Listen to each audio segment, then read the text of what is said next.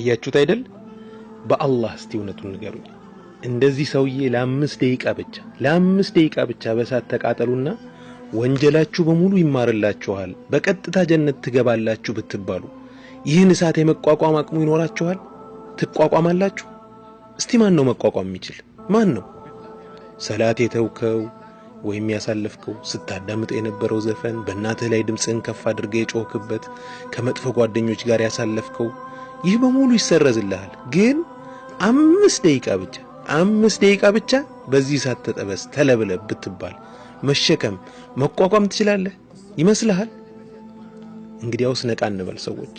የአኺራ እሳት የዚህ አይነት እንዳይመስለን። የዚህ አይነት አይደለም፣ ከዚህ በጣም ጠንካራ ነው።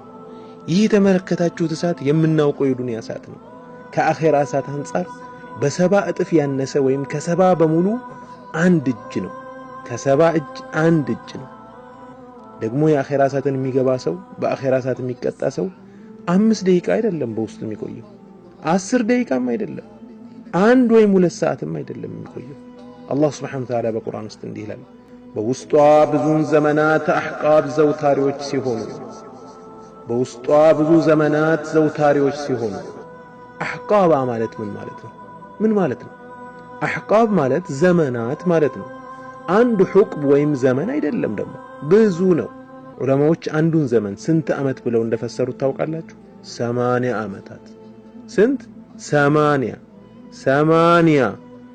እሺ ታዲያ ትቋቋመዋለህ ወይ? ትችለዋለህ? ካልቻልከው ምን በጀህ? ምንድነው መፍትሄው? ምንድነው መላው?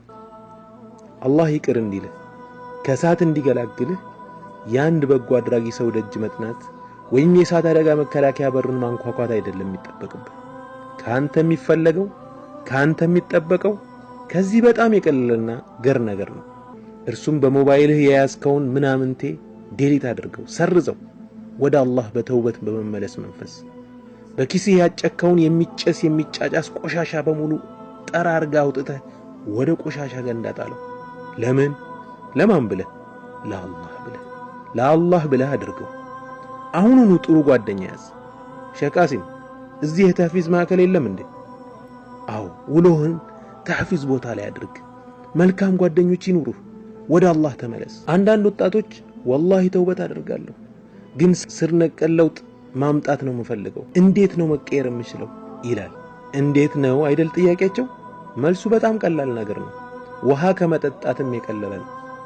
ወንጀልና ኃጢአትን ለአላህ ብለህ እርግፍ አድርገህ ተው። በአላህ ታገዝ፣ እገዛውን ለምነው። ከአላህ ጋር እውነተኛ ሁን። በአላህ ስም እምልላችኋለሁ፣ አላህ ለሐቁ ጎዳና ይመራሃል፣ ህይወትህን ሙሉ ለሙሉ ይቀይርልሃል። ግን አንድ ጥያቄ ልጠይቃችሁ እስቲ።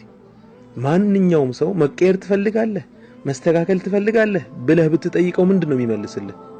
ሁሉም አዎ መቀየር እፈልጋለሁ፣ ወላሂ መስተካከል እፈልጋለሁ፣ ተውበት ማድረግ እፈልጋለሁ ነው የሚልህ አይደል እንዴ?